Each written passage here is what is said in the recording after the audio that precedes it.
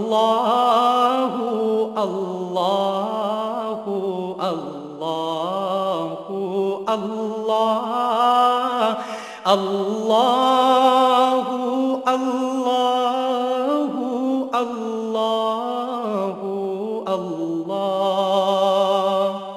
الحمدللہ رب العالمین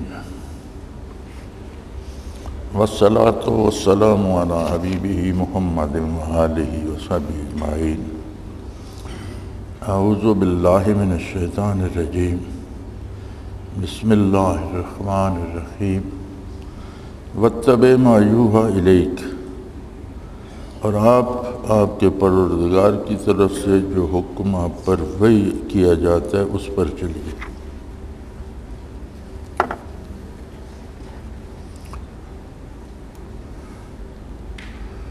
اس میں اس بات پر دلالت ہے کہ کوئی کامل کسی ایسے مقام پر نہیں پہنچتا کہ اس سے تکالیف شریعہ ساکت ہو جائے۔ یعنی جب نبی علیہ السلام کو حکم ہے کہ آپ پر جو اللہ کی طرف سے وحی کیا جاتا ہے اس پر عمل فرمائیے، تو پھر اور کون ہے جس سے شریعت کا حکم ساکت ہو سکتا ہے؟ یہ جو کہا جاتا ہے جی بزرگ پہنچ گیا، اب انہیں نماز روزے کی ضرورت نہیں ہے، ان پر شرعی کام نہیں، یہ غلط ہے۔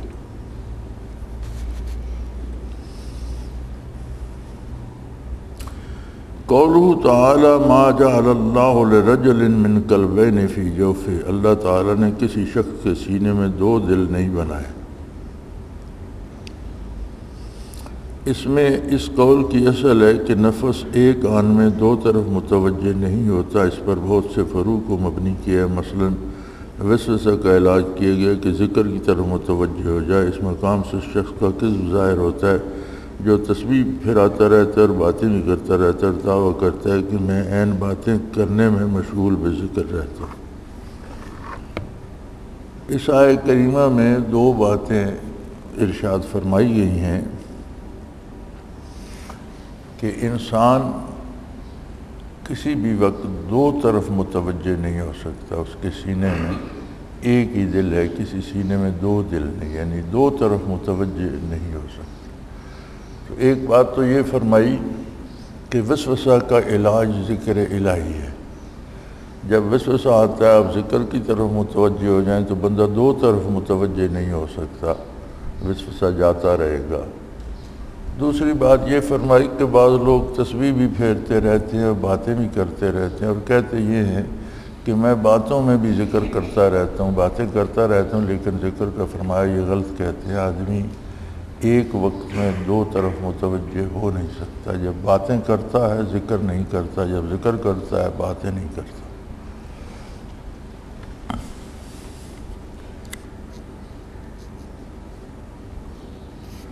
قولہ تعالی فإخوانکم فی الدین وقولہ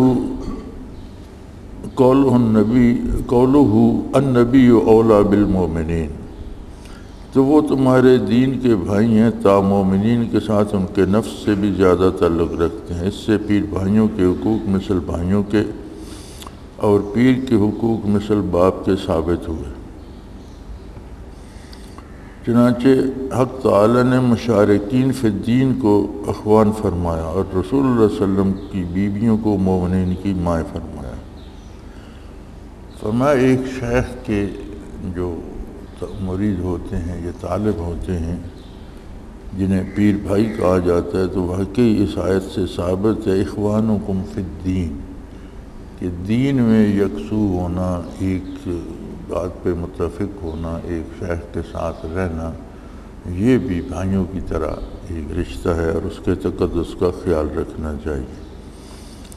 اور شیخ کے حقوق باپ کی طرح ثابت ہوئے۔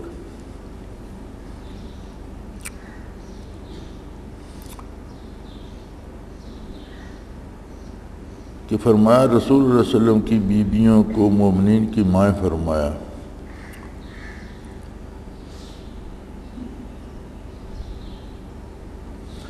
قولہ تعالی وزاقت الابصار وبلغت القلوب الحناجر وتظنون باللہ ظنونا جب آنکھیں کھلی کی کھلی رہ گئی تھیں اور کلیجے منہ کو آنے لگے اور تم لوگ اللہ کے ساتھ طرح طرح کے گمان کر رہے تھے۔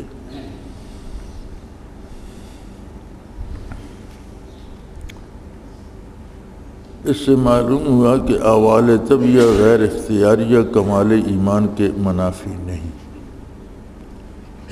یعنی کامل الایمان تھے صحابہ، لیکن صورتحال ایسی بن گئی کہ طبعی طور پر ان پر بھی دہشت اور حیرت غالب آ گئی اور وساوس آنے لگے، تو ان کا وسوسے کا آنا کمال کے خلاف نہیں، ہاں وسوسے کا لانا خلاف ہے۔ از خود سوچنا یہ صحیح نہیں ہے، اور غیر اختیاری طور پر جو وسوسہ آئے تو انسانی مزاج ہے، طبیعت ہے، اس پر گرفت بھی نہیں ہوگی۔ قوله تعالی هنالک ابتلی المؤمنون وزلزلوا زلزالا شدیدا، اس موقع پر مسلمانوں کا امتحان کیا گیا اور سخت زلزلہ میں ڈالے گئے۔ معلوم ہوا کہ بلیات کا پیش آنا اور انہی میں مکارمہ مثل قبض وغیرہ بھی داخل ہیں۔ کبھی امتحان صدق کے لیے بھی ہوتا ہے، پس سالک ایسی حالت میں واجب ہے کہ صبر کرے اور طاعت پر ثبات رکھے۔ کبھی ظاہری پریشانی یا مصیبت بھی آ جاتی ہے، اور کبھی قلبی کیفیات میں قبض کی کیفیت پیدا ہو جاتی ہے اور مشاہدات رک جاتی ہیں، کیفیات سمجھ نہیں آتی ہیں یا نہیں ہیں، تو فرمایا یہ سب اللہ کی طرف سے امتحان ہوتے ہیں۔ جو اللہ کا طالب ہے اور جو سالک ہے اسے اس میں دو باتیں کرنی چاہیے، ایک صبر کرے اور دوسرا شریعت پر پوری تندہی سے کاربند رہے، اپنے مجاہدات، اپنے نوافل، اپنے اذکار جاری رکھے۔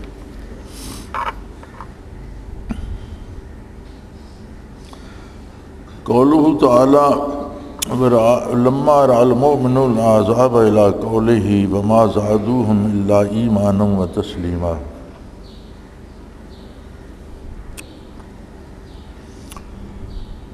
اور جب ایمانداروں نے ان لشکروں کو دیکھا تا اس سے ان کے ایمان اور اطاعت میں ترقی۔ اس میں دلالت ہے کہ مکارہ جس میں قبض بھی ہے کاملین کے لیے گائے زیادت معرف کا سبب ہو جاتی ہے۔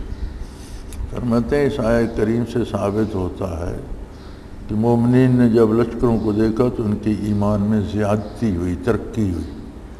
فرماتے ہیں کہ سالک پر اگر کوئی مصیبت ظاہری آتی ہے یا کیفیات میں تنگی آتی ہے تو اکثر اوقات یہ مزید ترقی کا سبب بن جاتی ہے اگر وہ صبر کرے اور اپنا مجاہدہ جاری رکھے۔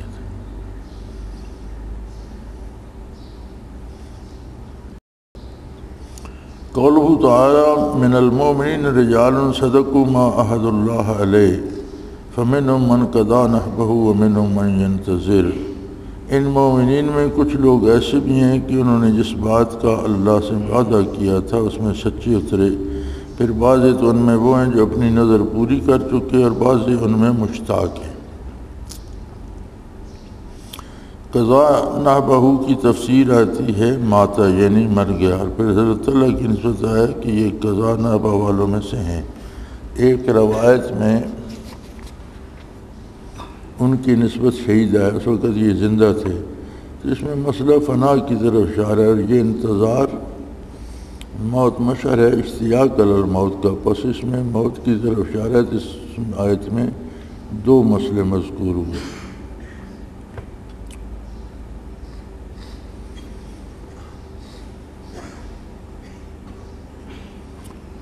فرماتے ہیں یہ جو آیا ہے کہ مومنین نے اللہ سے جو وعدہ کیا تھا اس میں سچے اترے،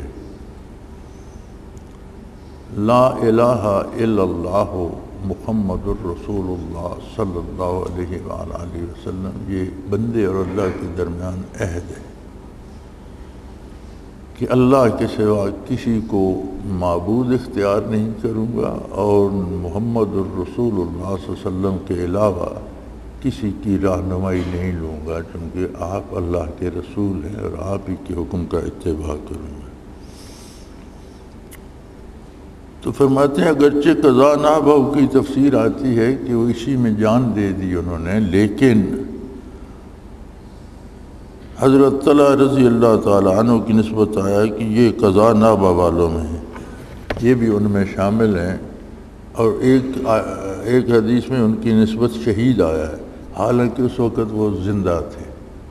تو نبی کریم صلی اللہ علیہ وسلم نے ان کے بارے فرمایا کہ یہ ان میں سے ہیں جنہوں نے اپنا وعدہ پورا کر دیا، اور ایک جگہ فرمایا کہ یہ شہید ہیں، حالانکہ وہ دنیا سے رخصت نہیں ہوئے تھے، زندہ تھے۔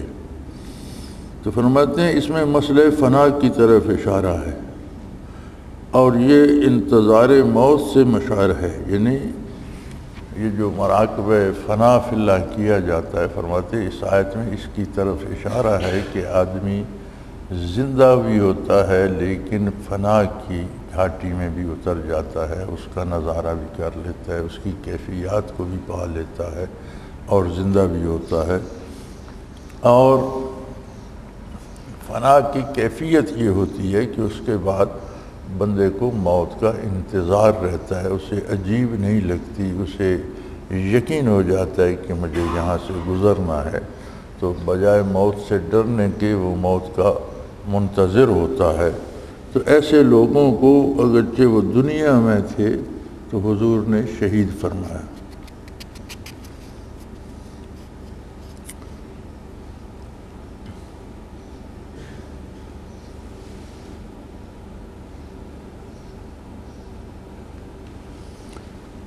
قولہ تعالی یا ایھا النبی قل لازواجک ان کنتن تردن الحیاۃ الدنیا وزینتها فتعالین امتعکن واسرحکن سراحا جمیلا۔ اے نبی صلی اللہ علیہ وسلم، آپ اپنی بیویوں سے فرما دیجئے کہ تم اگر دینوی زندگی اور اس کی بہار چاہتی ہو تو میں تم کو کچھ متاع مال دے دوں اور تم کو خوبی کے ساتھ رخصت کر دوں۔ فرماتے ہیں اس میں دلالت ہے دنیا اور اس کی زینت کی محبت اللہ اور رسول سے بعد کا سبب ہے۔ واقعہ یوں ہوا تھا کہ کچھ ازواج مطہرات نے نبی اکرم صلی اللہ علیہ وسلم سے تنگی حال کی شکایت کی اور عرض کی یا رسول اللہ فتوحات بھی ہوتی ہیں، مال غنیمت بھی آتا ہے، لیکن ہمارے ہاں وہی افلاس اور چیزوں کی کمی رہتی ہے۔ کاشان نبوی پہ حضرت عائشہ صدیقہ رضی اللہ عنہ فرماتی ہیں کہ ایک چاند طلوع ہوتا تھا، پھر وہ گزر جاتا، دوسرا چاند طلوع ہوتا تھا، وہ بھی گزر جاتا، تیسرا چاند طلوع ہو جاتا، اور اتنے عرصے میں ہمارے ہاں آگ نہیں جلا کرتی تھی کہ کوئی چیز آگ پر پکائی جائے۔ تو پھر عرض کیا گیا کہ پھر آپ کا گزارا کیسے ہوتا تھا؟ تو فرمایا دودھ آ جاتا تھا ہدیتاً، یا کچھ لوگ کھجوریں بھیج دیتے تھے، کھجوریں کھا کر پانی پی لیا یا دودھ پی کر گزارا کر لیا، تو 2 مہینے چولہا نہیں جلتا تھا۔ تو بعض ازواج مطہرات نے حضور صلی اللہ علیہ وسلم سے تقاضا کیا کہ اب تو بہت سے شہر اور بہت سی جگہ فتح ہو گئی ہے اور مال غنیمت بھی آ رہا ہے، غریبوں میں بٹ رہا ہے، اور ہمارے گھر پہ بھی غربت اور مفلسی ہے، تو کچھ مال گھر میں بھی لایا جائے تاکہ ہمیں کشادہ دستی نصیب ہو، کم از کم 2 وقت کا کھانا تو مل سکے۔ تو اللہ کریم نے یہ بات پسند نہیں کی اور حکم دیا کہ اے میرے حبیب، اپنی ازواج مطہرات سے فرما دیجئے کہ اگر تمہیں دنیا اور اس کا آرام اور اس کی زیب و زینت اور اچھے کپڑے اور اچھا کھانا چاہیے تو میں تمہیں کچھ مال دے کر خود سے الگ کر دیتا ہوں اچھے طریقے سے۔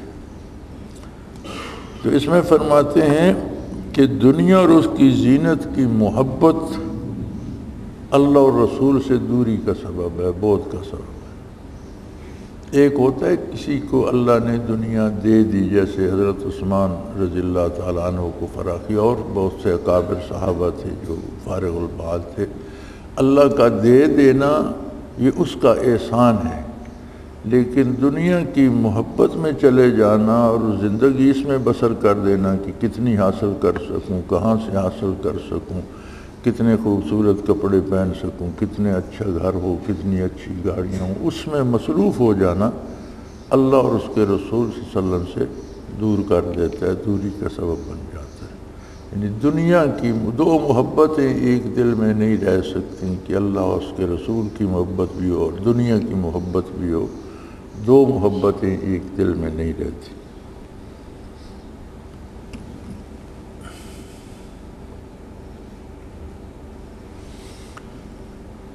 قولہ تعالی یضاعف لها العذاب ضعفین الی قولہ نؤتها اجرها مرتین، اس کو دوہری سزا دی جائے گی تا اس کو اس کا دوہرا ثواب۔ اس میں دلالت ہے کہ اس کی فضیلت زیادہ ہے، جیسا لستن کاحد من النساء، اس پر دال ہے اس کا عصیان اور طاعت دونوں عوروں سے اشد و اکمل ہے، نزدیک کان رابش بود حیرانی کی اس میں اصل ہے۔ فرماتے ہیں جس کا جتنا مقام و مرتبہ ہے، جس کو جس قدر قرب الہی حاصل ہے، اس سے غلطی ہو جائے تو اس کی سزا بھی اسی قدر شدید ہے اور اس کی نیکی کا اجر بھی کئی گنا زیادہ ہے دوسرے آدمی سے۔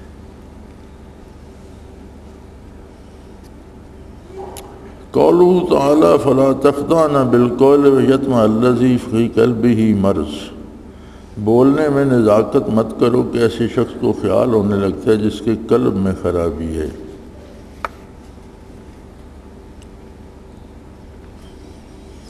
اس میں اسباب فتنہ سے بچنے کا ارشاد ہے، اگرچہ اسباب بعیدہ ہی ہوں، خصوص عورتوں سے ان کا قصہ بڑا سخت ہے۔ فرمایا گناہ کے جو ذرائع ہیں، تو اسباب بعیدہ اور اسباب قریبہ یہ ہوتا ہے کہ ایک گناہ کا ذریعہ ایسا ہے جس سے فوراً بندہ گناہ میں مبتلا ہو جاتا ہے۔ اسباب بعیدہ اسے کہتے ہیں ایک سبب ایسا ہے کہ اس سے رفتہ رفتہ رفتہ رفتہ آدمی گناہ کی طرف چلا جاتا ہے۔ تو کوئی بھی سبب ایسا ہو جس سے بندہ فوراً گناہ میں مبتلا ہو سکتا ہے، یا ایسا سبب ہو جس پر آہستہ آہستہ آہستہ آہستہ برائی کی طرف جانے کا اندیشہ ہو، تو دونوں سے بچنے کا حکم ہے۔ یعنی گناہ سے بچنے کے لیے گناہ کے اسباب سے بچنا ضروری ہے، ایسے کاموں سے بچنا ضروری ہے جن کا نتیجہ گناہ ہوتا ہے۔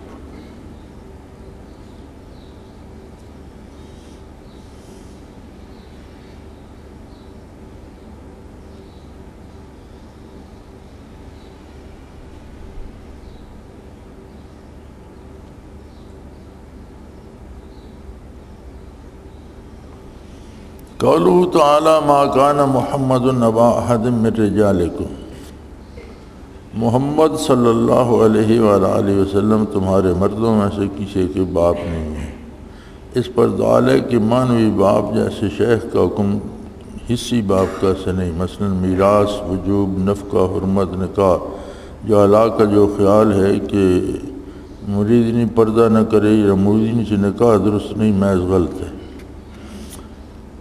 فرمایا معنوی باپ جیسے شیخ حصی باپ کا سا حکم نہیں ہوتا، جیسے نبی کریم صلی اللہ علیہ وسلم کے بارے فرمایا گیا کہ تم میں سے مردوں کے کسی کے حصی باپ نہیں ہیں، یعنی اس کی میراث میں حصے دار نہیں بنے گا، یا اور جو چیزیں باپ کی طرف سے منتقل ہوتی ہیں، یا جس طرح ماں سے بے تکلفی ہوتی ہے اس طرح پیر کے گھر والوں سے بے تکلفی نہیں ہوگی، جس طرح باپ سے پردہ نہیں کیا جاتا اس طرح جو خواتین اس سے فیض کے لیے آئیں گی یا مرید ہوں گی وہ اس سے پردہ کریں گی، یہ نہیں ہوگا کہ پیر سے پردہ نہیں ہوتا۔ تو جو احکام حصی باپ کے ہیں وہ پیر پر وارد نہیں ہوں گے، شریعت کے مطابق ہی جس طرح ہوتا ہے وہ کیا جائے گا۔ یا یہ بعض کا خیال ہے کہ مریدنی بیٹی ہوتی ہے، مریدنی سے نکاح درست نہیں، یہ محض غلط ہے۔ مریدنی حصی بیٹی نہیں ہوتی، لہذا اسے پردہ بھی پیر سے کرنا چاہیے، جہاں تک شریعت کی اجازت ہے وہاں تک بات کرنی چاہیے، اس سے آگے نہیں، شریعت کے خلاف نہیں ہونا چاہیے۔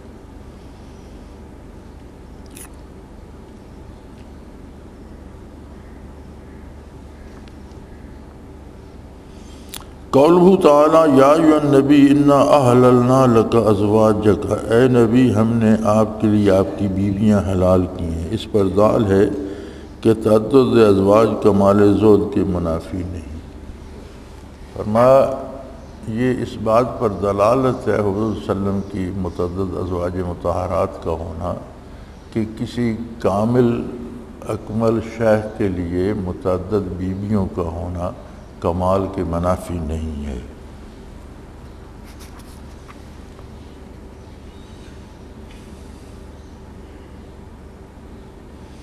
قولہ تعالی ان ذالکم کان یؤذی النبی فیستخفی منکم واللہ لا یستخفی من الحق، اس بات سے نبی صلی اللہ علیہ وسلم کو ناگواری ہوتی ہے سو وہ تمہارا لحاظ کرتے ہیں، اللہ تعالیٰ صاف بات کہنے سے لحاظ نہیں کرتے۔ حکم کا مشارن علیہ کھانے کے بعد حضور کے گھر میں ٹھہرا رہنا، اس سے دو باتیں معلوم یہ کہ ایسے موقع میں صاف طور سے نہ کہنا تبع کریم کا مقتضا ہے، صاف طور سے کہہ دینا عقل حکیم کا مقتضا ہے، مصلح مقتضا ہے، عقل کو مقتضا ہے، تبع پر ترجیح دیتا ہے۔ دوسری بات معاشرت کی اصلاح کا واجب ہونا، جس حرکت سے دوسرے کو ایذا ہو ضروری نہ اس کا حرام ہونا ہے۔ آج کل ایسے ملک کے اہل علم تک مشائخ تک احتیاط نہیں کرتے۔ فرمایا اس آیت کریمہ سے دو چیزیں ثابت ہوتی ہیں۔ یہ بات اس وقت ارشاد فرمائی گئی جب کچھ صحابہ کرام کو حضور صلی اللہ علیہ وسلم نے کھانے پر مدعو فرمایا، تو کاشان نبی پر کھانا کھانے کے بعد اس لالچ میں کہ کچھ دیر حضور کی صحبت و ارشادات عالیہ سنیں، کچھ دیر بیٹھ گئے۔ ان کا کھانے کے بعد بیٹھنا حضور کی طبع نازک میں ناگوار گزرا کہ کھانے کے لیے بلایا تھا، کھانا ختم ہو گیا، اب آپ تشریف لے جائیں، لیکن آپ نے فرمایا کچھ نہیں۔ تو اللہ کریم نے بارگاہ نبوی کے یہ آداب میں سے یہ ادب بھی واجب کر دیا کہ اس طرح آپ کا ٹھہرا رہنا تو حضور صلی اللہ علیہ وسلم کو اس سے ناگواری ہوئی اور آپ نبی کی ایذا کا سبب نہ بنے۔ تو فرمایا صاف طور سے نہ کہنا طبع کریم کا مقتضا تھا، یعنی آپ نے جو ارشاد نہیں فرمایا کہ اب آپ تشریف لے جاؤ یا چلے جائیے، وہ آپ کی طبع مبارک کی جو کریمی تھی اس کا تقاضا تھا، اور صاف طور سے کہہ دینا عقل حکیم کا۔ اور اگر آپ ارشاد فرما دیتے تو عقل کا تقاضا یہ تھا کہ آپ فرما دیتے کہ بھئی آپ کھانا کھا چکے اب جائیے۔ تو آپ کی جو طبع و مزاج میں جو کرم اور رحمت ہے وہ اس عقل کے فیصلے پر غالب آئی، آپ نے نہ فرمایا، اللہ کریم نے منع فرما دیا۔ تو فرماتے ہیں کہ مصلح مقتضائے عقل کو مقتضائے طبع پر ترجیح دے۔ اب جو بندہ لوگوں کی اصلاح پہ معمور ہے یا شیخ ہے، اس کے لیے تو وہی نہیں آئے گی، وہ تو نبی کریم صلی اللہ علیہ وسلم کا منصب عالی تھا۔ لہذا شیخ کو چاہیے کہ ایسے مواقع پر لحاظ نہ کرے بلکہ آرام سے سمجھا دے، جو بات صحیح ہو، جو عقل کے مطابق ہو وہ کرے، اس کو اختیار کرے، چونکہ اس کے ذمہ لوگوں کی اصلاح کرنا ہے۔ دوسری بات معاشرت کی اصلاح کا واجب ہونا ہے، یعنی رہنے سہنے میں جو تعلقات ہیں انہیں معاشرت کہتے ہیں، ایک دوسرے سے جو ہمارا لین دین میل جول بات کرنے کا انداز، یہ معاشرت ہے، اس کی اصلاح واجب ہے، ضروری ہے۔ اور جس حرکت سے دوسرے کو ایذا نہ ہو لیکن اسے وہ پسند نہ آئے، اس سے بھی رکنا چاہیے، اور جس حرکت سے دوسرے کو ایذا ہوتی ہو، تکلیف ہوتی ہو، وہ حرام ہو جاتی ہے، وہ تو ہے ہی حرام، اس میں نہیں جانا چاہیے۔ تو فرماتے ہیں آج کل تو ایسی باتوں کی علماء اور مشائخ تک بھی پرواہ نہیں کرتے، حالانکہ ان باتوں میں پوری توجہ ہونا چاہیے۔ قولہ تعالی ذالک ادنیٰ ان یعرفن فلا یؤذین، اس سے جلدی پہچان ہو جایا کرے گی تو یہ ایذا نہ دی جایا کریں گی۔ اس سے مستبت ہوتا ہے کہ لباس میں امتیاز رکھنا جبکہ اس میں کسی مفسدہ مضرت سے بچاؤ ہو، کبر سے نہ ہو، مذموم نہیں۔ مسلمان خواتین کو کچھ منافقین یا یہود نے مذاق کیا یا گلی سے گزرتی ہوئی کوئی فکرہ کس دیا، تو اس پر حکم ہوا کہ مسلمان خواتین پردہ کریں اور ان کا لباس ایسا ہو جس سے پہچانی جائیں کہ یہ خاتون مسلمان ہے۔ ان سے جب باز پرس کی گئی تو انہوں نے کہا جی ہمیں کیا پتہ، یہ ہم نے سمجھا ہماری اپنی ہیں، ہماری برادری کی ہیں، تو ہم نے خوش طبعی سے بات کہہ دی۔ تو فرمایا گیا کہ وہ پردہ کریں، کھلی چادر اوپر لے لیں، حجاب سامنے کھینچ لیں تاکہ ذالک ادنیٰ یعرفن، یہ چھوٹی سی کوشش ہے جس سے وہ پہچانی جائیں کہ یہ خاتون مسلمان ہے، تو کوئی اس سے اس طرح کی پریشان نہ کرے کہ وہ چھیڑخانی نہ کرے۔ تو فرمایا اس سے یہ ثابت ہوتا ہے کہ لباس وغیرہ میں امتیاز رکھنا، یعنی لباس مناسب رکھنا، معقول رکھنا، جس سے پہچان ہو جائے کہ یہ شریف زادی ہے، کسی شریف خاندان کی بہو بیٹی ہے، یہ اگر اپنی بڑائی جتانے کے لیے نہ ہو بلکہ اس کے لیے ہو کہ اس کی حیثیت منفرد نظر آیا اور کوئی اس کے ساتھ گستاخی یا کوئی نازع باکلمہ نہ کہے، تو یہ درست ہے اور یہ ہونا چاہیے۔ آج کل ہم اپنے ہاں دیکھتے ہیں روزمرہ کی زندگی میں بھی، شہر و بازار میں بھی، بسوں گاڑیوں میں بھی، اور خصوصاً ذرائع ابلاغ میں یہ جو ٹی وی وغیرہ ہے ہم دیکھتے ہیں، تو کیا پتہ چلتا ہے کہ یہ عورتیں مسلمان عورتیں ہیں؟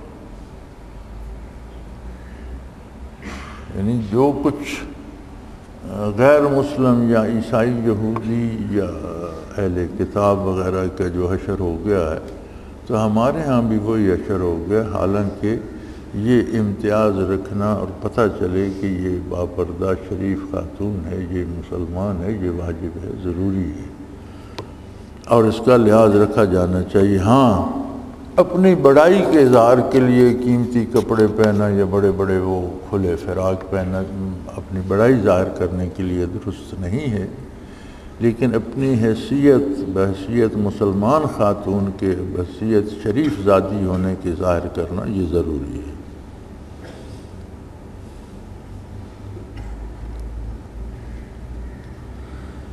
قولہ تعالی وقالوا ربنا انا اطعنا سادتنا وکبرانا، کہیں گے ہمارے رب ہم نے اپنے سرداروں اور اپنے بڑوں کو کہنا مانا تھا۔ اس میں دلالت ہے کہ ایسی تقلید عذر نہیں، اور آج کل بدعت و رسوم کے اختیار کے منصبین نشے سے بہت تمسک کرتے ہیں۔ فرمایا جو تقلید احکام شرعیہ کے مطابق ہو، ہر بندہ کسی نہ کسی کی تقلید کرتا ہے، ہر بندہ خود مسائل نہیں جانتا، تو یہ جو تقلید ہوتی ہے عام آدمی کی، یہ ہوتی ہے کہ ایک مسئلہ آپ سے پوچھ لیا، ایک دوسرے سے پوچھ لیا، پھر کوئی بات ہوئی وہ تیسرے سے پوچھ لی۔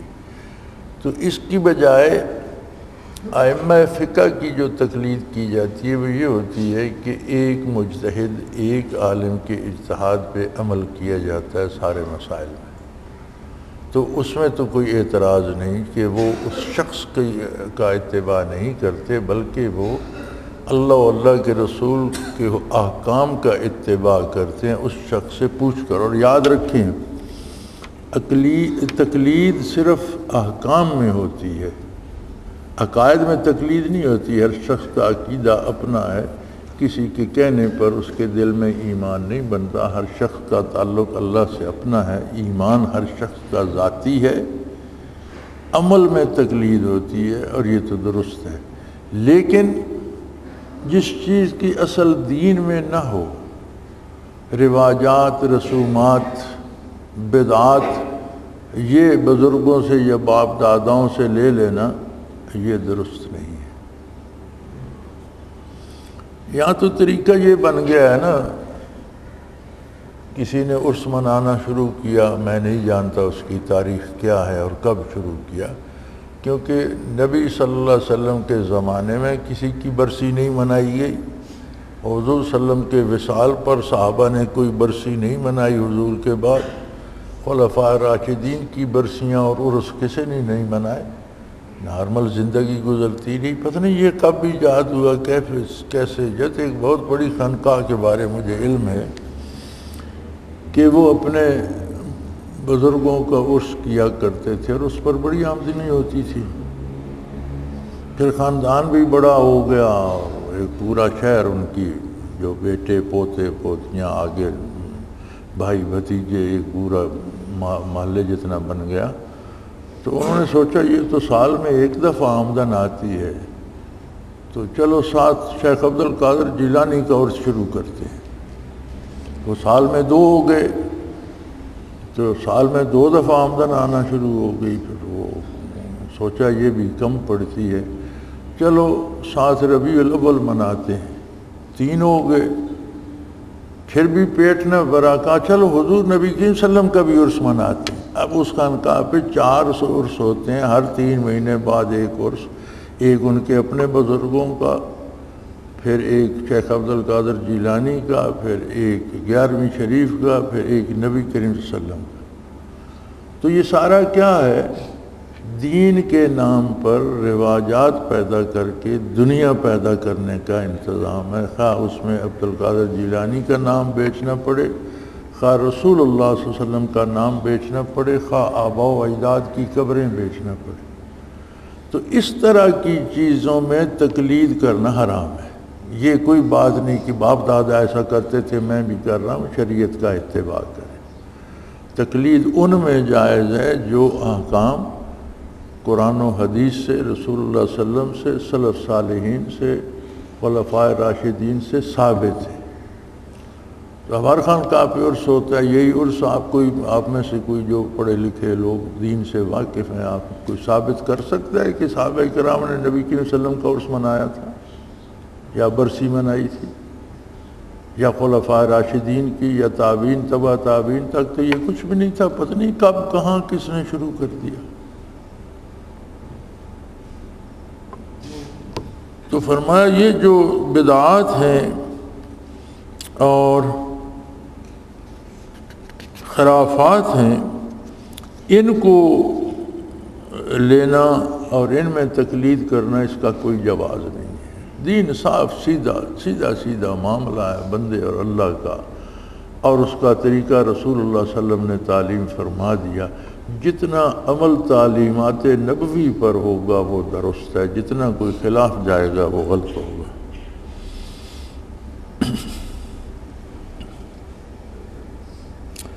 قولہ تعالی یا ایھا الذین آمنوا اتقوا اللہ وقولوا قولا سدیدا یصلح لکم اعمالکم ویغفر لکم ذنوبکم۔ اے ایمان والو، اللہ سے ڈرو، راستی کی بات کہو، اللہ تمہارے اعمال کو قبول کرے گا اور تمہارے گناہ معاف کر دے گا۔ اس میں دلالت ہے کہ اعمال صالح کو جیسا ثواب میں دخل ہے، اسی طرح دوسرے اعمال کی اصلاح میں بھی ان کو دخل ہے۔ اسی بنا پر مشائخ بعض اوقات ایک عمل کا امر کرتے ہیں مگر مقصود اس سے کسی دوسرے عمل کی اصلاح ہوتی ہے، جس تعلق کو حضرات خوب جانتے ہیں۔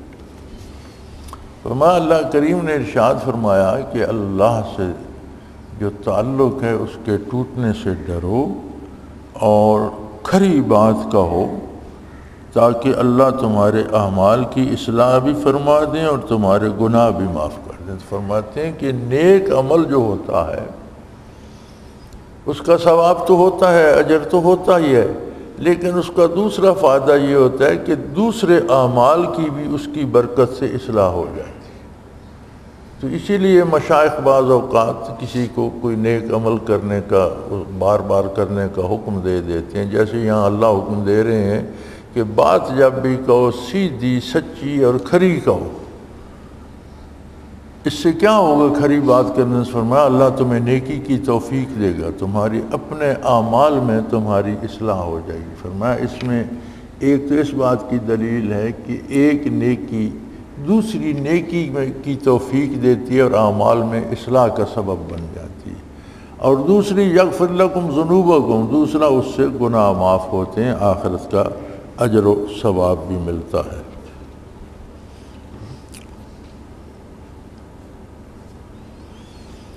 سورہ احزاب الحمدللہ تمام ہوئی، آگے سورہ سبا ہے۔ قولہ تعالی وَأَلْنَا لَهُ الْحَدِيدَ أَنِ اعْمَلْ سَابِغَاتٍ وَقَدِّرْ فِي السَّرْدِ، ہم نے ان کے واسطے لوہے کو نرم کر دیا کہ پوری زریں بنائیں اور جوڑنے میں اندازہ رکھیں۔ اس میں 3 مسئلے ہیں۔ خارق کا اثبات، داؤد علیہ السلام کے لیے لوہے کو نرم کر دیا گیا اور انہیں حکم دیا گیا کہ آپ زریں بنائیں جو جنگ میں کام آتی ہیں، لوہے کی وہ قمیضیں واسکٹیں سی۔ تو ساتھ یہ بھی حکم دیا وَقَدِّرْ فِي السَّرْدِ، جو کڑیاں کنڈے بنائیں ان میں انداز خوب، یعنی اس میں خوبصورتی بھی ہو، صرف یہ نہ ہو کہ وہ بن جائے، اس کا ایک انداز، ایک جیسی کڑیاں بنائیں، ایک اندازے کی بنائیں، یعنی اس میں حسن بھی ہونا چاہیے۔ تو فرمایا اس میں 3 مسئلے ہیں۔ ایک مسئلہ خارق کا اثبات ہے، یعنی کرامات کا اثبات ہے اس میں کہ لوہا سخت ترین دھات ہے، ان کے ہاتھ میں آتا تو موم کی طرح نرم ہو جاتا تھا، اور وہ ہاتھوں سے ہی وہ زریں بنا لیتے تھے، گرم کرنے کی، کوٹنے کی نوبت نہیں آتی تھی۔ تو فرمایا اس میں کرامات کا اثبات ہے کہ اہل اللہ سے کرامات کا ظہور ہوتا ہے۔ دوسری بات، اس میں دستکاری سے کمانے کی فضیلت ہے۔ دوسری بات یہ ہے کہ کوئی بندہ کسی ہنر سے کماتا ہے، کوئی لکڑی کا کام کرتا ہے، کوئی دیوار بنانے کا کام کرتا ہے، کوئی چھت ڈالنے کا کاریگر ہے، کوئی شیشہ گری کا کام کرتا ہے، تو دستکاری، ہاتھ، کوئی جوتے بناتا ہے، کوئی کپڑا بناتا ہے، کوئی کپڑا سیتا ہے۔ تو ہمارے ہاں تو یہ رواج ہو گیا نا کہ دستکار کو کمی کہا جاتا ہے، اسے گھٹیا سمجھا جاتا ہے۔ فرمایا اس میں تو دستکاری کی فضیلت ہے کہ اللہ کے محبوب نبی تھے اور وہ زریں بناتے تھے اور لوگوں کو دیتے تھے، تو یہ تو دستکاری کی فضیلت ہے۔ تو دستکار کو گھٹیا یا ادنا نہیں سمجھنا چاہیے، بلکہ دستکاری اللہ کا انعام ہے، ایک ہنر ہے، ایک فضیلت ہے۔ تیسری بات، جس طرح فرمایا کہ وہ جو اس کے کنڈے کڑیاں آپ بنائیں، قدر فی السرد، ان میں اعتدال، اندازہ، یعنی ہر کام میں ایک معقولیت اور ایک حسن کا ہونا بھی شرط ہے، ہر کام میں اعتدال کا ہونا بھی ضروری ہے۔ جو کام بھی کریں وہ ایسا ہو کہ فائدہ بھی دے اور دیکھنے میں بھی اچھا لگے۔ ایک کام، ایک چیز ہوتی ہے فائدہ دیتی ہے لیکن اس کی صورت و شکل صحیح نہیں ہوتی۔ مثلا یہی ذرا ایک کڑی چھوٹی، ایک بڑی، ایک اس سے بڑی، ایک ٹیڑھی، ایک سیدھی بنا دیں تو تلوار کو تو روکے گی، فائدہ تو دے گی، جس نے ذرا پہنی ہوئی ہے اس کو زخم نہیں لگے گا، جو اس کا مقصد ہے وہ تو پورا کرے گی، لیکن اس میں حسن تو نہیں ہوگا۔ تو اللہ کریم نے یہ حکم دیا کہ وَقَدِّرْ فِي السَّرْدِ، خوبصورت کنڈے بنائیں، ان میں اعتدال رکھیں۔ تو فرمایا کام میں اعتدال و انتظام اور تناسب کا ہونا بھی ضروری ہے، خواہ وہ دنیاوی کام ہو خواہ دینی کام ہو۔ قولہ تعالی وَمِنَ الْجِنِّ مَن يَعْمَلُ بَيْنَ يَدَيْهِ بِإِذْنِ رَبِّهِ، اور جنات میں سے بعض وہ تھے جو ان کے آگے کام کرتے تھے۔ اس میں دلالت ہے کہ اگر جنات کا مسخر ہونا کسی عمل وغیرہ کے ذریعے سے نہ ہو، من جانب اللہ ہو، تو ابدیت کے منافی نہیں۔ بعض لوگ جنات کی تسخیر کے لیے عملیات پڑھتے ہیں، اور بڑا عجیب ایک نام ہے موکل۔ انہوں نے قرآن کریم کی آیات بھی بانٹی ہوئی ہیں، اس آیت کا موکل ہے، اس آیت کا موکل ہے، اس آیت کا۔ موکل کیا ہوتا ہے؟ مکلف مخلوق جو اللہ نے پیدا کی، اس میں فرشتے ہیں جو نوری مخلوق ہے اور اللہ کا حکم مانتے ہیں ہمہ وقت، انہیں کوئی مسخر نہیں کر سکتا، کوئی عملیات سے یا کوئی چلا کشی سے فرشتے کو مسخر نہیں کر سکتا۔ وہ براہ راست اللہ کریم کا حکم مانتے، وہ تو مسخر ہوتے نہیں۔ دوسری مکلف مخلوق ہے جن، جس کے دو حصے ہیں، جن میں کچھ جن ہیں، کچھ شیاطین ابلیس کی اولاد ہیں، وہ بھی جنوں میں سے ہے۔ اب جو شیاطین ہیں وہ تو سراپا برائی ہے، جنات میں اچھے بھی ہیں برے بھی ہیں، تینوں ہو گئے، اور چوتھی مخلوق ہے انسان۔ پانچویں تو کوئی مخلوق مکلف ہے ہی نہیں، تو یہ موکل کس مخلوق کا ہے؟ یہ موکلات وغیرہ نہیں ہوتی، یہی یا شیاطین ہوتے ہیں یا جن ہوتے ہیں۔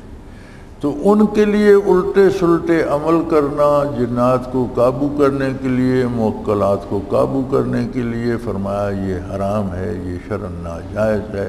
اس میں ہوتی ہی شیطانی عملیات اور کفریہ کلمات ہوتے ہیں جو شیطان لوگوں کو سکھاتا ہے۔ وہ خود تو وہ کفریہ کلمات پڑھنے سے ایمان ضائع کر ہی بیٹھتا ہے، دوسروں کے ایمان بھی ضائع کرتا ہے، پھر شیطان اس کی مدد بھی ایک حد تک کرتے ہیں کہ جو ان کے بس میں ہو کسی کا نفع نقصان تھوڑا بہت کر دیتے ہیں تاکہ اس کی دکان چلتی رہے، لوگ اس کے پاس آتے رہیں اور گمراہ ہوتے رہیں۔ وہ سمجھتا ہے میں نے جن قابو کیے ہوئے، حالانکہ شیطان نے اسے قابو کیا ہوا ہوتا ہے، اس سے اپنا کام لے رہا ہوتا ہے، تو یہ سارا ناجائز ہے۔ ہاں من جانب اللہ، کسی کی ہیبت سے جن ڈرتے ہوں، کسی کا احترام کرتے ہوں، کسی کی بات سنتے ہوں، تو یہ عظمت الہی ہے اور اللہ کی دین ہے اس پر۔ جس طرح سلیمان علیہ السلام کا حکم مانتے تھے، ان کی ہیبت سے ڈرتے تھے اور ان کی تابعداری کرتے تھے، تو یہ از خود ہو، اللہ کی طرف سے، من جانب اللہ ہو، تو یہ ابدیت کے منافی نہیں، یہ تو عظمت کی دلیل ہے۔ لیکن اس کے لیے چلہ کشیاں کرنا اور الٹے سیدھے عمل کرنا، اور راتوں کو قبرستان میں جا کر قبروں پہ چلے کاٹنے والے لوگ خود بے دین ہو جاتے ہیں، شیطان کے چنگل میں پھنس جاتے ہیں۔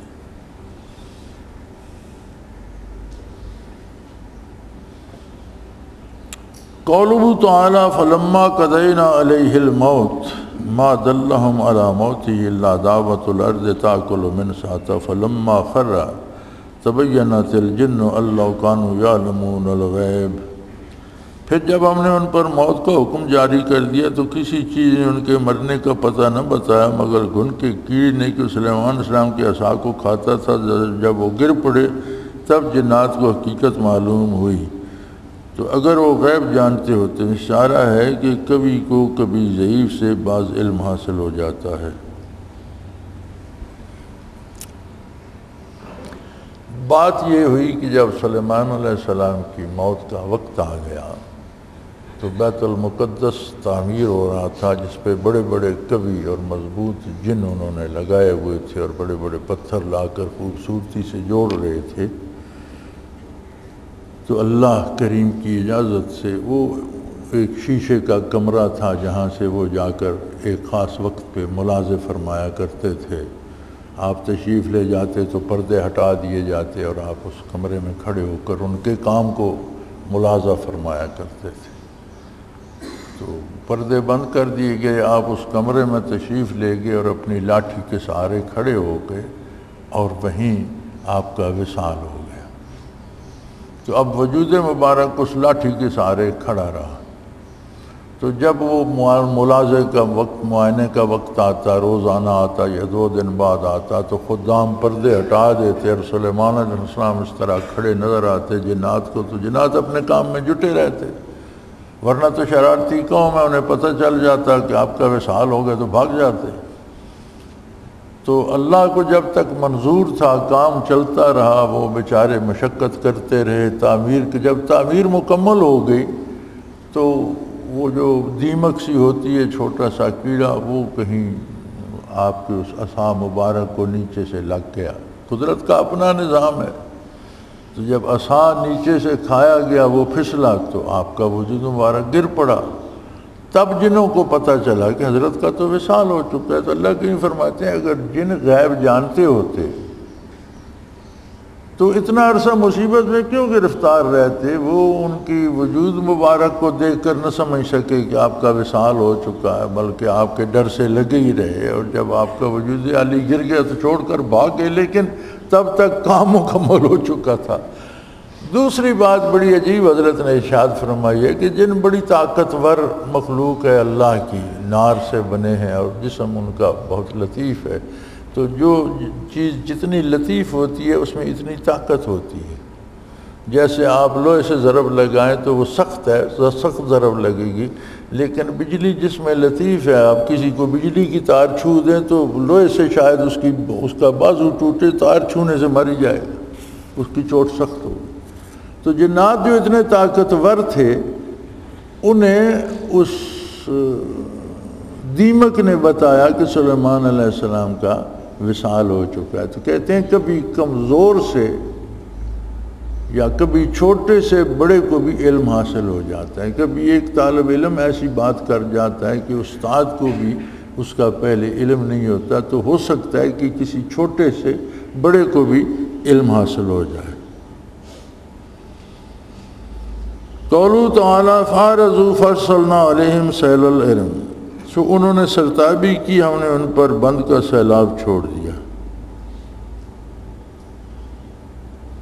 اس میں فرماتے ہیں دلالت ہے کہ نیکی اور گناہ کو دنیا کی نعمتوں کے آنے جانے میں بھی دخل ہے، برائی سے دنیا کے آرام میں بھی خلل آتا ہے، مصیبتیں آتی ہیں، اور نیکی سے مصیبتیں ٹلتی ہیں اور دنیاوی آرام بھی نصیب ہوتا ہے۔ قولوا تعالی حتی اذا فزع عن قلوبہم قالوا ماذا قال ربکم، یہاں تک کہ جب کہ ان کے دلوں سے گھبراہٹ دور ہوتی ہے تو ایک دوسرے سے پوچھتے ہیں کہ تمہارے پروردگار نے کیا حکم فرمایا۔ روح میں ہے، اس میں اشارہ ہے کہ ہیبت بھی معنی فہم ہو جاتی ہے۔ آ کر کہتا ہے ہیبت کا معنی فہم ہو جانا کبھی اس حد تک پہنچ جاتا ہے کہ انسان کو معذور کر دیتا ہے، جیسا بعض اہل حال کو پیش آتا ہے۔ فرماتے ہیں اس آیہ کریمہ میں یہ اشارہ ہے کہ ہیبت بھی کبھی بات کے سمجھنے میں رکاوٹ بن جاتی ہے۔ مثلا شیخ ایک بات کسی طالب سے کہتا ہے اور وہ اس قدر اس کی عظمت سے لرزہ براندام ہوتا ہے کہ وہ الفاظ سن رہا ہوتا ہے، بات اس کی سمجھ میں نہیں آتی کہ کیا کہا گیا، کہا کچھ جاتا ہے وہ سمجھتا کچھ ہے۔ تو فرمایا ایسا ہو سکتا ہے، جس طرح اس آیہ کریمہ میں ہے کہ جب احکام الہی نازل ہوتے ہیں تو فرشتے ہیبت سے لرزہ براندام ہو جاتے ہیں، اور پھر جب وہ ہیبت رفع ہوتی ہے تو پھر ایک دوسرے سے پوچھتے ہیں کہ کیا ارشاد ہوا تھا، تو ایک دوسرے سے سمجھنے کی کوشش کرتے ہیں۔ تو فرمایا یہ ہو سکتا ہے جیسے بعض اہل حال کو پیش آ جاتا ہے کہ وہ سمجھنے سے قاصر ہو جاتا ہے، بندہ اس پہ اس طرح ہیبت طاری ہو جاتی ہے۔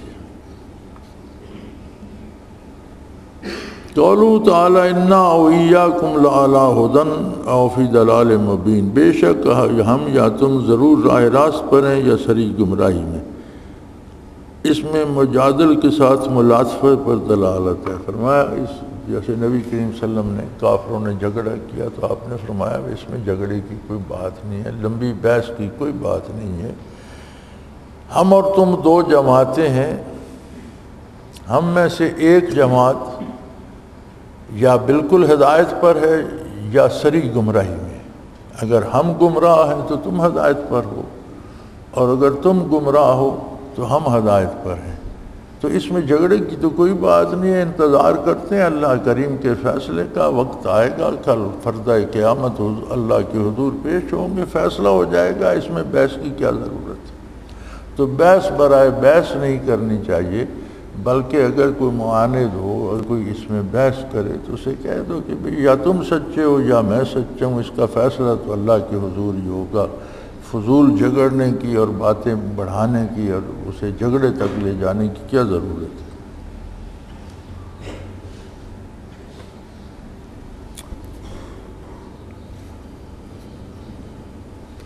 قولہ تعالی بل کانوا یعبدون الجن، بلکہ یہ لوگ شیاطین کی پوجا کیا کرتے تھے۔ جن سے مراد شیاطین یعنی غیر اللہ کی عبادت کرنے میں شیاطین کی اطاعت کرتے ہیں، تو گویا ان شیاطین ہی کی عبادت کرتے ہیں۔ قضا فی الروح، صاحب روح المعانی نے لکھا ہے کہ شیطان کو براہ راست تو کوئی نہیں پوجتا، اس زمانے میں نہیں تھا، آج کل ایک فرقہ ہے جو براہ راست شیطان ہی کی پوجا کرتا ہے۔ یعنی اب حالات اس طور پر پہنچ گئے ہیں کہ اب دنیا میں ایک ایسا فرقہ بھی ہے جو براہ راست شیطان کی پوجا کرتے ہیں، اور انہیں شیطان کے پجاری ہی کہا جاتا ہے۔ مغرب میں جو لوگ مغربی ممالک میں رہتے ہیں یہ اس سے شاید واقف بھی ہوں گے۔ تو اس زمانے میں براہ راست تو کوئی شیطان کی پوجا نہیں کرتا تھا، بلکہ اس پر تو اللہ کی ایسی لعنت ہے کہ جو اس کی بات مانتے ہیں وہ بھی اسے ملعون ہی کہتے ہیں اور اس پر لعنتیں بھیجتے رہتے ہیں، حالانکہ بات اسی کی مانتے ہیں لیکن اسے اچھا نہیں کہتے۔ تو فرمایا غیر اللہ کی عبادت کرنا، اللہ کے سوا کسی کی عبادت کرنا، چونکہ یہ شیطان اس کا داعی ہے اور یہ شیطان کی اطاعت ہے، لہذا یہ بھی شیطان کی پوجا کرنے کے مترادف ہے۔ اور اس میں دلالت ہے کہ عامل بعض اوقات ایک عمل کرتا ہے مگر اس کا حاصل دوسرا عمل ہوتا ہے جس کا وہ قصد بھی نہیں کرتا، مگر اس پر حکم کر دیا جاتا ہے کہ دوسرے عمل کا مرتکب۔ صوفیہ اصلاحات میں اس قاعدہ کا بہت کثرت استعمال کرتے ہیں۔ مثلا کسی عمل میں مرید نے اپنی رائے پر عمل کیا، شیخ کہتا ہے کہ تم یہ چاہتے ہو میں تمہارا تابع بنوں، تم میرے تابع نہ بنو۔ فرماتے ہیں اس سے ثابت ہوتا ہے کہ بعض آدمی کام تو ایک کرتے ہیں لیکن ان پر جرم دوسرے کام کا لگ جاتا ہے۔ جیسے انہوں نے پوجا تو بت کی لیکن جرم یہ لگ گیا کہ تم نے شیطان کی پوجا کی، کیونکہ شیطان کے بہکانے سے اس کی بات مان کر اس کی پوجا کی۔ تو لہٰذا اس میں شرط ہوتی ہے کہ اللہ کے احکام اور رسول صلی اللہ کے احکام کی اطاعت کی جائے، اس سے باہر نہ نکلے، ورنہ ایک تو گناہ کا عمل ہوگا اور دوسرا شیطان کی بات ماننے کا جرم ہوگا۔ اسی طرح فرماتے ہیں کہ مرید کو شیخ پر اپنی بات ٹھونسنے کی کوشش نہیں کرنی چاہیے، بلکہ اسے سمجھنا چاہیے کہ شیخ جو کہہ رہا ہے کسی مصلحت دینی سے، کسی وجہ کسی سبب سے شریعت کے مطابق کہہ رہا ہوگا۔